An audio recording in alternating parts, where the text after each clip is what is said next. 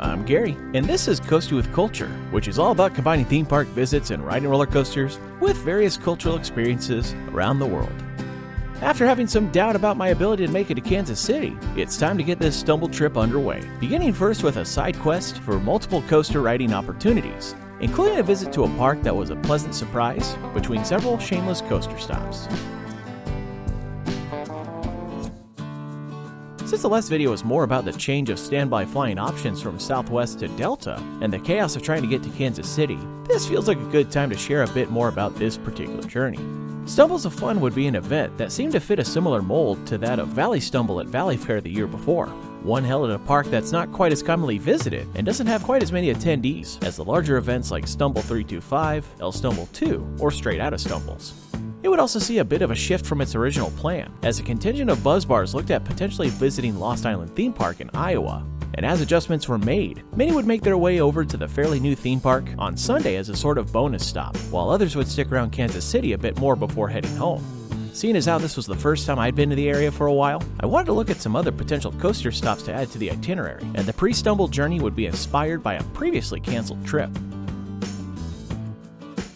If you remember in the vlog from a couple years ago visiting Myrtle Beach, there was a point where I planned to visit Oklahoma and Kansas for a few parks, but I had to cancel the last minute because my previous job scheduled me at a time that would mean missing the flight to get there.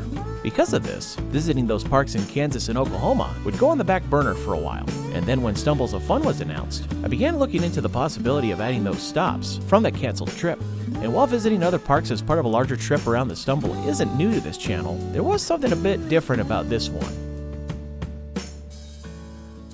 So, we're rolling on the road and we're about to head to Kansas City and Oklahoma, and I say we, I mean me and Erica. We are about to do a little bit of a shameless run here because we're going to start with Pittsburg, Kansas, then we're going to stop in Battlesville, Oklahoma before stopping for the night in Tulsa, and then tomorrow we'll go to a little bit more of a proper park, if you will, with Frontier City, and then on the way back to Kansas City for the Stumble, it will be a quick stop in Wichita for All-Star Adventures. So I guess you could say this might be a Oklahoma run. We began this side quest for coasters by heading to Kansas and over to the town of Pittsburg for the first stop at Kiddieland.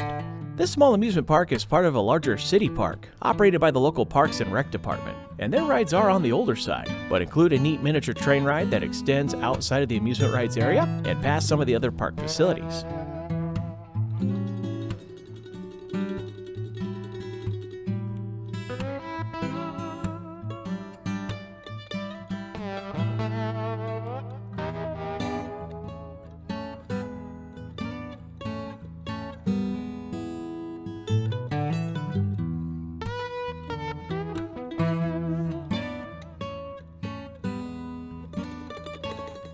The main reason for the stop, though, was their roller coaster, which was certainly a shameless credit. You said it right, you said it!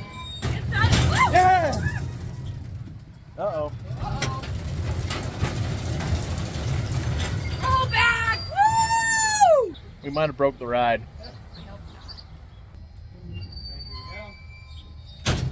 Woo! There it goes. We're rolling.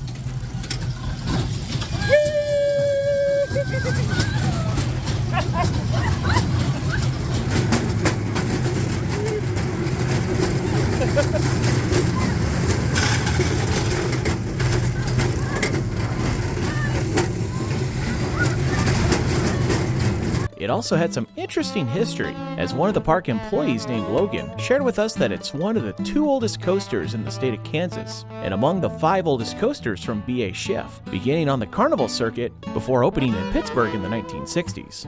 He also showed us their copy of the ride manual, which included some of the ride's blueprints. So I gotta tell you, this is the kind of stuff that makes going on these little side journeys through places that a lot of folks think of as the middle of nowhere worthwhile. You know, the fact that you get a chance to have these interactions with the folks who work in these parks, and they share such cool little details between the blueprints and the manual and the bit of the ride's history. And I was just like, dude, the passion is there. It's in the industry wherever you go, even in the middle of nowhere. That's the kind of stuff that really just sets apart these small local places that have the small little coaster apart from the larger corporate parks. Exactly. It wasn't long after until we'd crossed into Oklahoma. Well, I guess we're not in Kansas anymore.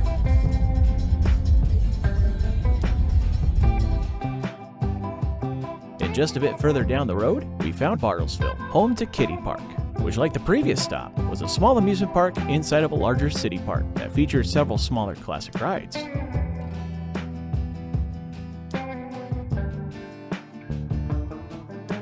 It too came with a lot of charm, especially from the special commemorative benches that were found all over and done to help support the park. We even met a family who sponsored one of those benches, having it custom made to represent their whole family, from grandma and grandpa to their children and grandchildren.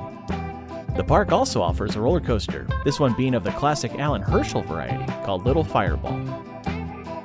Near turns 3 and 4 was a little tribute to what appeared to have been an earlier version of the coaster that might have operated here in the past, and it seems there may be potential for another one in the future, as we saw parts for a dragon wagon of some sort that was in storage. It turns out this is believed to be the Dragon Coaster, which previously operated at Jointland in Lubbock, Texas. We saw some kids on a ride that were getting some incredible spinning, so we decided to see if we could outspin them. Oh, God!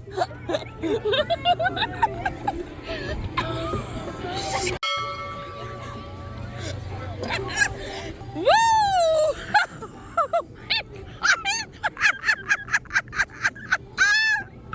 Oh my God!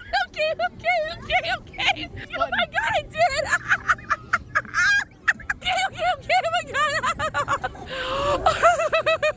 Oh my Lord! That's a lot! We then enjoyed a lap on their CP Huntington train, which took a lap around the park and beyond.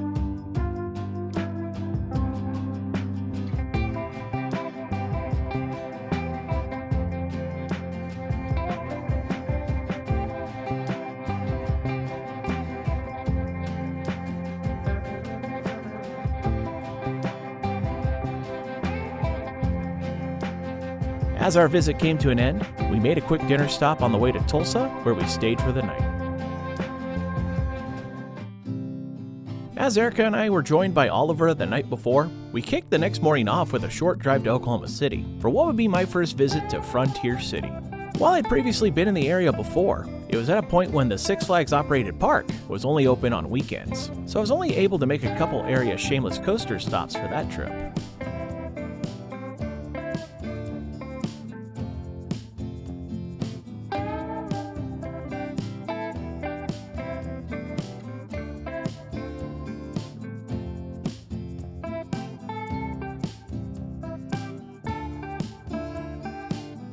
Upon entering the park, you don't have to go very far for that first ride of the day if you choose to take advantage of the entrance of Diamondback, located right inside the gift shop. This was the last of the classic Aero shuttle loop coasters I had yet to ride, and just like the others, it has some great pops of air after both the forward and backwards launch, and some strong positive G's in the loop.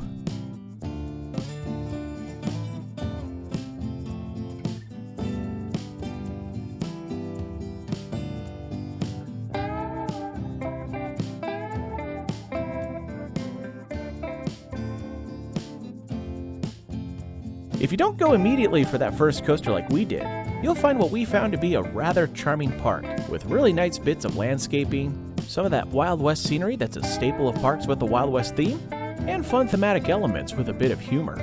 I kind of expected the park to just be sort of flat and without much in the way of theming, but was pleasantly surprised by some of the effort to beautify the park, and that certainly added to its charm. As a follow-up to our first ride of the day, we went over to the Timbertown area for the sake of another shameless coaster, Frankie's Mine Train, a Zamperla family gravity coaster that is now one of the many I've ridden over the years.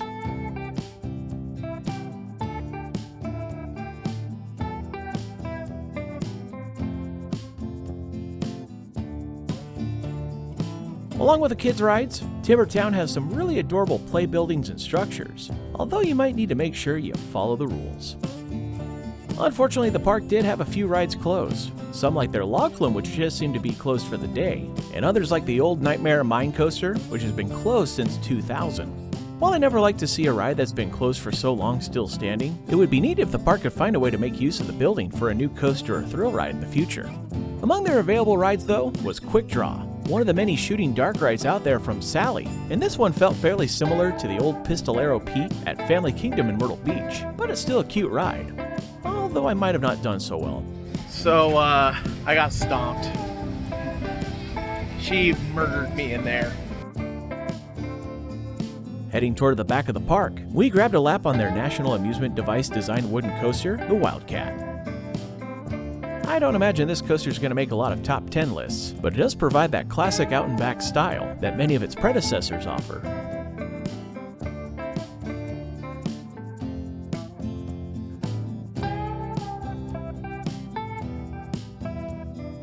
And it also has some neat coaster nostalgia in the queue, as there are multiple signs above it which share bits of roller coaster history, including some specifically about the more significant rides of the past and present.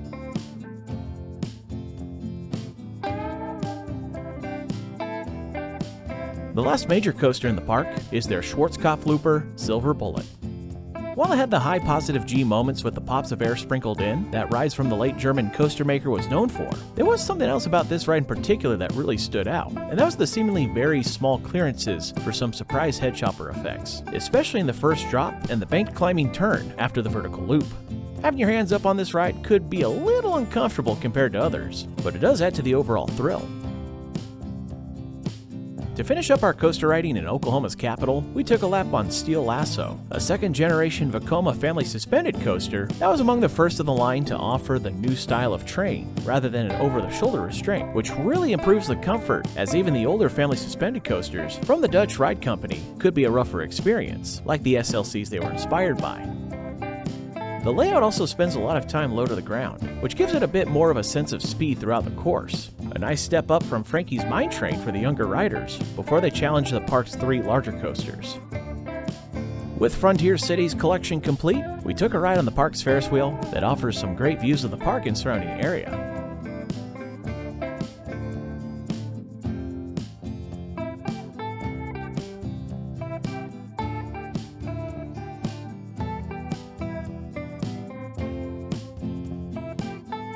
So on one hand, it's been really nice to get a lot of video footage of the rides on the Ferris wheel here, but I think they're about to send us around for the 3rd time without giving us the opportunity to exit.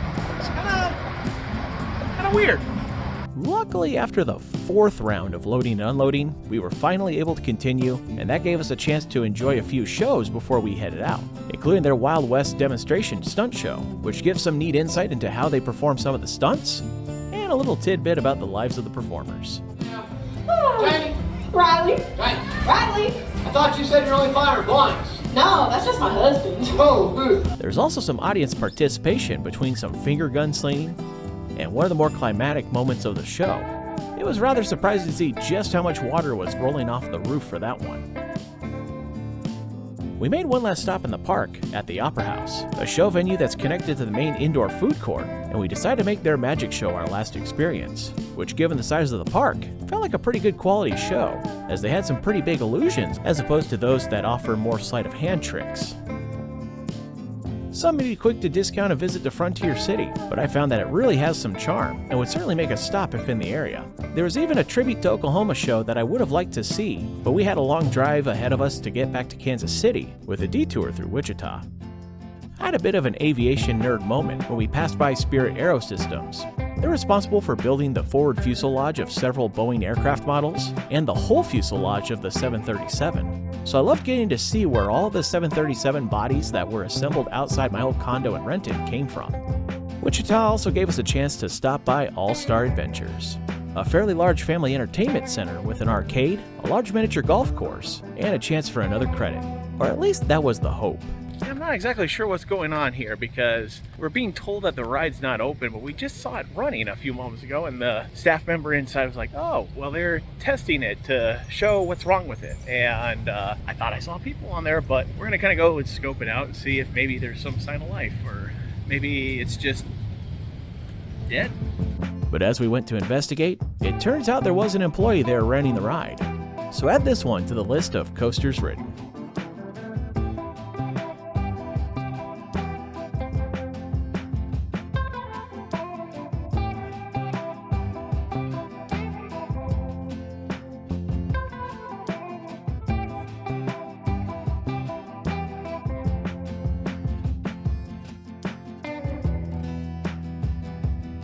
Having ridden Dragon Coaster, I was happy with our stop as I figured we wouldn't have much luck in getting on the itty bitty circle that was Safari Coaster. But that too ended up not being the case. I don't think I ever had any realistic expectation of getting onto the very small Wisdom ride there. And yet it happened because Erica here decided to go ahead and ask, and the lady's just kind of like, "You really want to go on it?" And Erica's like, "Yeah." And she's like, "Okay." And then she's like, "Can they come on too?" So myself, Erica, and Oliver were able to get on a very, very, very shameless power coaster. After another successful coaster stop, it was time to head back to Kansas City.